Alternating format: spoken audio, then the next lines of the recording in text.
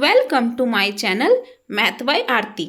In this video, I am going to discuss Theorem 13, which is a converse of Theorem 12. Statement is, if the diagonal of a quadrilateral are equal and bisect each other at right angles, then prove that the quadrilaterals is a square. क्या prove करना है कि अगर किसी quadrilateral का diagonal equal होगा and bisect करेगा right angle पे, तो वो क्वाड्रिलेटरल क्या फॉर्म करेगा, एक स्क्वायर फॉर्म करेगा. ओके इसके लिए फर्स्ट में हम लोग एक क्वाड्रिलेटरल ड्रॉ करते हैं. ABCD एक क्वाड्रिलेटरल ड्रॉ किए और AC एंड BD उसका डायगोनल ड्रॉ करते हैं. और AC एंड BD जिस पॉइंट पे कट करता है मीन्स इंटरसेक्ट करता है, उस पॉइंट का नेम है O.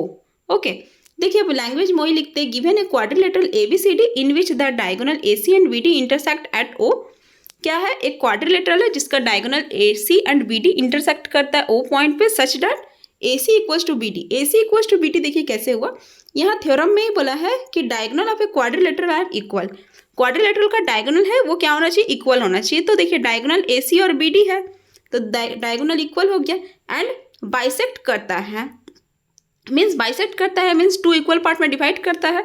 तो OA equals to OC and OB equals to OD. देखिए लैंग्वेज में वही लिखे OA equals to OC and OB equals to OD and intersect करता है राइट एंगल पर. मीन्स क्या होगा, AC perpendicular to BD, AC perpendicular to BD. Okay अब हम लोग को प्रूफ क्या करना है, to proof ABCD is a square. इसमें हम लोग को ABCD को एक स्क्वायर प्रूफ करना है. स्क्वायर प्रूफ करने के लिए क्या करना पड़ेगा, फर्स्ट में ऑल साइड को इक्वल करना पड़ेगा और कोई भी एक एंगल को 90 डिग्री प्रूफ करना होगा. तो देखिए हम लोग इसका नेक्स्ट स्लाइड में स्टार्ट करते हैं. देखिए फर्स्ट में हम लोग का गिवन क्या दिया हुआ है, since the diagonal of a quadrilateral का जो डायगोनल है ABCD जो क्वाड्रिलेटरल है उसका डायगोनल क्या करता है, बाइसेक्ट करता है. तो देयरफॉर क्या हो जाएगा, ABCD एक पैरेललोग्राम फॉर्म करेगा. ये हम लोग थ्योरम में पढ़े हैं. देखिए ये जो ABCD एक क्वाड्रिलेटरल है इसका डायगोनल क्या करता है, बाइसेक्ट करता है. तो क्या हो जाएगा, ABCD एक पैरेललोग्राम फॉर्म करेगा.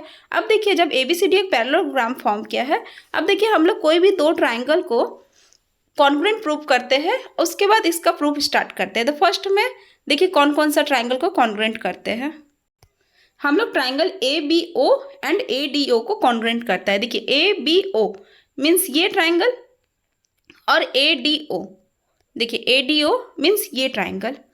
ये दोनों ट्राइंगल को हम लोग को कॉन्ग्रुएंट प्रूफ करना. तो देखिए फर्स्ट में OB इक्वल्स टू OD हम लोग का गिवन था, OB इक्वल्स टू OD हम लोग का गिवन है. और क्या है, OA इक्वल्स टू OA जो है कॉमन है, देखिए दोनों के लिए है तो कॉमन है.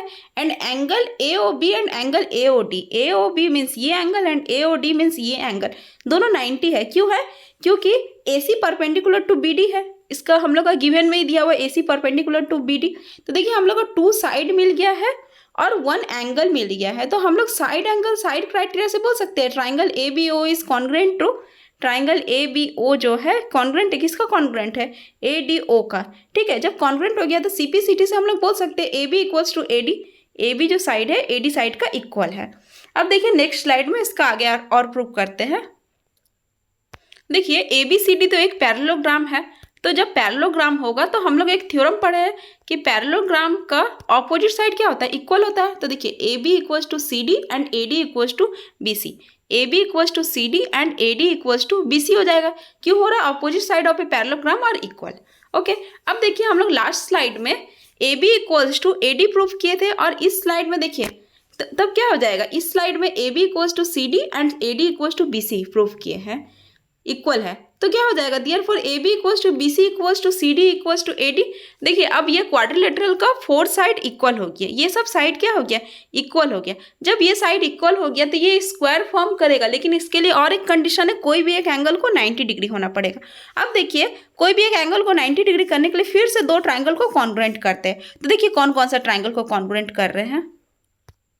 देखिए triangle ABC and BAD, ABC means ये ट्राइंगल एंड BAD, देखिए BAD को अलग कलर से बनाते हैं, BAD मीन्स ये ट्राइंगल, ये दोनों को हम लोग को कॉन्ग्रुएंट प्रूफ करना. तो देखिए फर्स्ट में हम लोग का AB इक्वल्स टू AB जो है कॉमन साइड है, ये देखिए दोनों के लिए तो कॉमन साइड हो गया.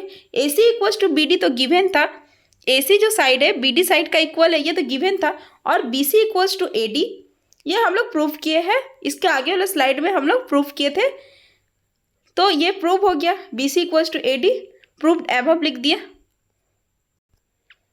अब देखिए हम लोग को तीन साइड इक्वल मिल गया है, तो जब हम लोग को तीन साइड इक्वल मिल गया है तो हम लोग बोल सकते हैं by side criteria triangle A B C is congruent to triangle B A D.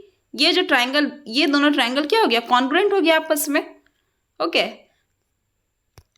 जब ये दोनों ट्राइंगल कॉन्ग्रुएंट हो गया है तो देखिए हम लोग बोल सकते हैं angle A B C is equal to angle B A D. A B C means ये एंगल किसका इक्वल हो गया, बी ए डी का। बी ए डी ये एंगल दोनों इक्वल हो गया by C P C T से, ये दोनों एंगल इक्वल हो गया। अब देखिए और हम लोग का क्या है,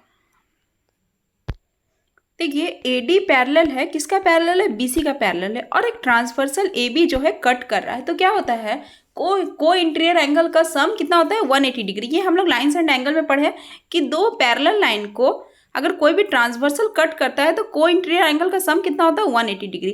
तो देखिए वही लिखे हैं triangle A B C plus angle A B C means ये angle plus angle B A D means ये एंगल, दोनों का सम कितना हो गया, 180 डिग्री। ब्रैकेट में क्या रीजन लिखे, को इंटीरियर एंगल।